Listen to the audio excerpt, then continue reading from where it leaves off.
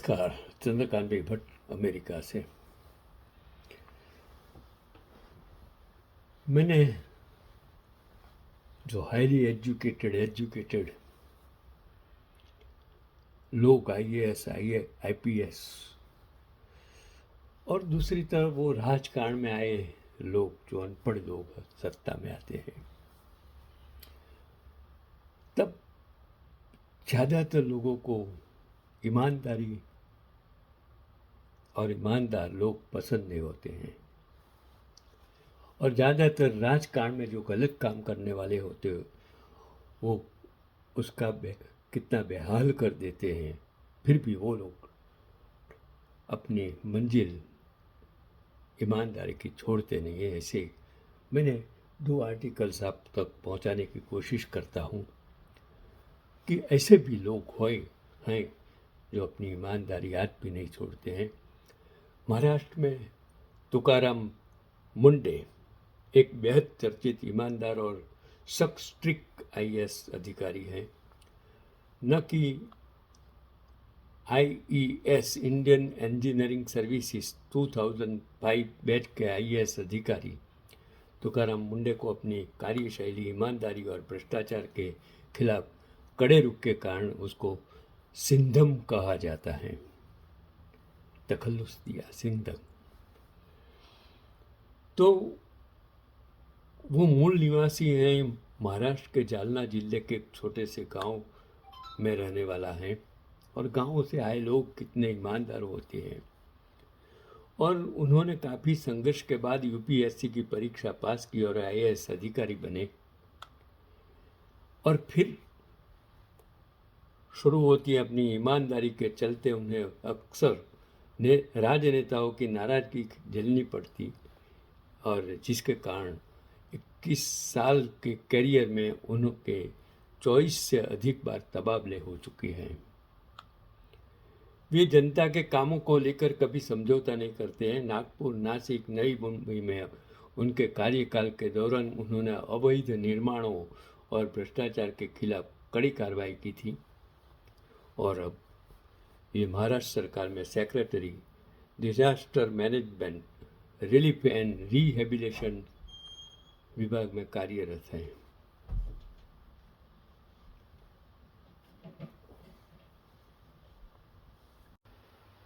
मित्रों, ये कहानी एक ऐसे बेफौक आईएएस अफसर की जिसने सिस्टम की गंदगी के सामने कभी घुटने नहीं देखे। जब भी उन्होंने ईमानदारी की कलम चलाई या भ्रष्टाचार पर वार किया, तोहफे में उन्हें सिर्फ एक नया ट्रांसफर लेटर मिला। लेकिन कमाल की बात देखिए, हर तबादले के साथ इनका इरादा और भी मजबूत होता गया और प्रशासनिक गलियारों में उन्हें लोग असली सिंघम के नाम से जानते हैं।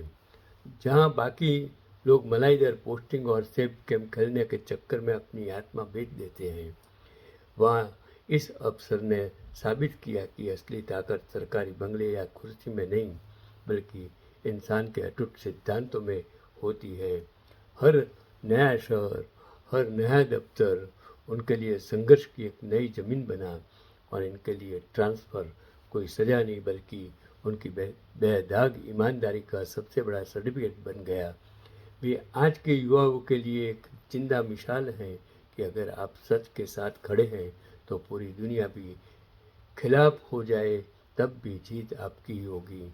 यह सफ़र हमें चीख चीख कर बताता है कि रास्ते में मुश्किलें हजार आएगी, लोग आपको रोकने की कोशिश करेंगे, लेकिन इतिहास वही रस्ते हैं जो झुकना नहीं चाहते। एक चुटनी कमिश्नर शेषान आया जिसने गंदगी को साफ करने की कोशिश की और आज जो 3 चुटनी कमिश्नर इस दशक के सबसे बड़े बिके हुए देशद्रोही, बेईमान, गद्दार देश की लोकशाही के लिए जो हैं, मैं यही कहना चाहता हूँ कि क्या ये इंसान ये नहीं समझते हैं आज जो न्यायतंत्रिक की कुर्सी पर supreme court, high court, civil court criminal court में बैठ जाए, उसको कभी ये नहीं होता है कि कुर्सी पर बैठे इंसान भगवान के रूप में बैठा एक इंसान है जिसको न्याय देना है, जहांगीरी न्याय देना है। जब तक ऐसे लोग सत्ता में नहीं आएंगे, कुर्सी पर नहीं बैठेंगे, और जब ये भ्रष्टाचारी लोग सत्ता में आकर ये न्यायतंत्र, सीबीआई, ईडी, चुनाव कमिश्नर, पुलिस तंत्र सबको भ्रष्टाचारी बनाएंगे तो देश कैसे टिकेगा। चलो मैं आगे एक और ऐसे इंसान की एक खेमका था, उसकी कहानी तो मैंने आपको कही थी, लेकिन एक और ईमानदार संजीव चतुर्वेदी, IFS, एक अत्यंत ईमानदार अधिकारी जिन्हें भ्रष्टाचार उजागर करने के लिए बाहर स्थानांतरण और निलंबन झेलना पड़ा, और हरियाणा और AIIMs में काम करते हुए उन्होंने रसकदार लोगों के खिलाफ 200 से अधिक घोटाले उजागर किए, जिसके लिए उन्हें 2015 में रेमन मैग्नेसे पुरस्कार मिला, और उनकी बहादुरी ने प्रशासनिक व्यवस्था में हलचल मचा दी है। संजीव चतुर्वेदी एक ईमानदारी और संघर्ष की कहानी है, और भ्रष्टाचार के खिलाफ उसका जंग हरियाणा में वन अधिकारी के रूप में उन्होंने झज्जर और हिसार में पेड़ लगाने के घोटाले उजागर किए। AIIMs में खलबली उसने 2012 से 2016 तक AIIMs जिसे कहते हैं, दिल्ली में मुख्य सतर्कता अधिकारी CBO के रूप में उन्होंने 150 से अधिक भ्रष्टाचार को मामले को पर्दाफाश किया, और जिनमें मंत्री और बड़े डॉक्टर शामिल थे, और अभूतपूर्व संघर्ष उन्होंने अपनी रिपोर्ट पर कार्रवाई न होने पर सिस्टम के दबाव के कारण लंबी कानूनी संघर्ष किया, और उनके मामलों से 16 से अधिक न्यायाधीशों ने खुद को सुनवाई से अलग कर दिया, जो एक दुर्लभ मामला है।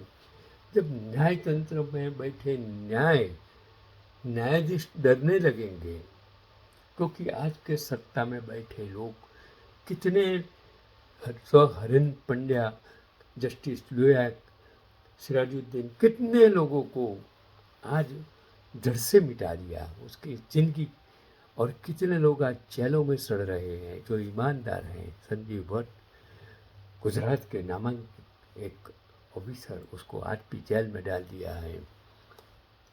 तो उच्चतम स्तर पर बैठे लोगों को खिलाफ खड़े हुए इनका नाम संजीव चतुर्वेदी है। ईमानदारी का दूसरा नाम शायद हम कह सकते हैं संजीव चतुर्वेदी, जो IFS 2002 बैच के अधिकारी और MNNIT इलाहाबाद से इंजीनियर हैं, और शुरुआत से ही उन्होंने सिस्टम के खिलाफ नहीं बल्कि सिस्टम के अंदर रहकर सच के लिए लड़ना चुना।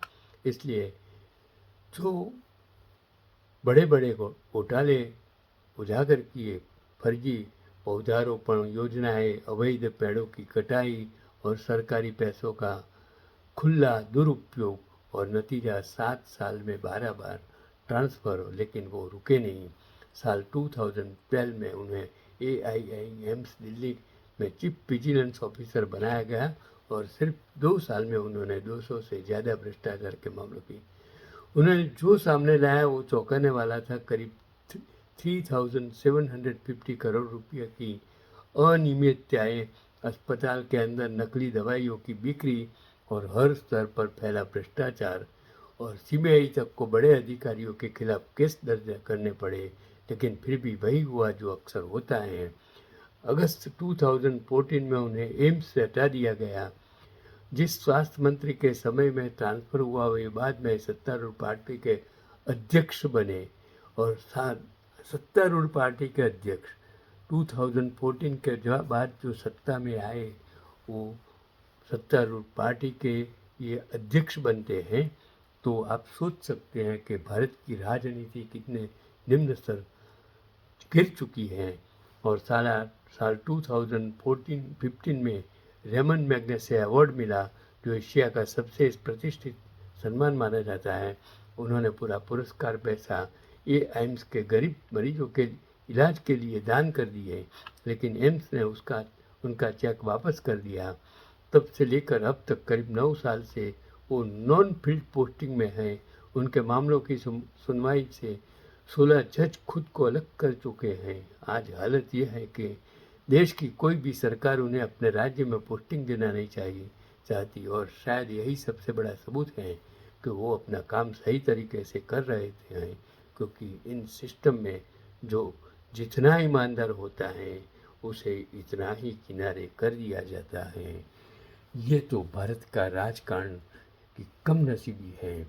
अगर लोग 140 करोड़ जागरूक हो जाए, जैसे केरला में 100% एजुकेशन है, इसी तरह अगर जागृति देश में आ जाए तो भ्रष्टाचारी राजनेताओं को दौड़ा दौड़ा कर, जैसे आज नेपाल में हुआ, जिस एक युवा चेहरे ने उनके भ्रष्ट प्राइम मिनिस्टर सबको, मंत्रियों सबको जेल में डाल दिया।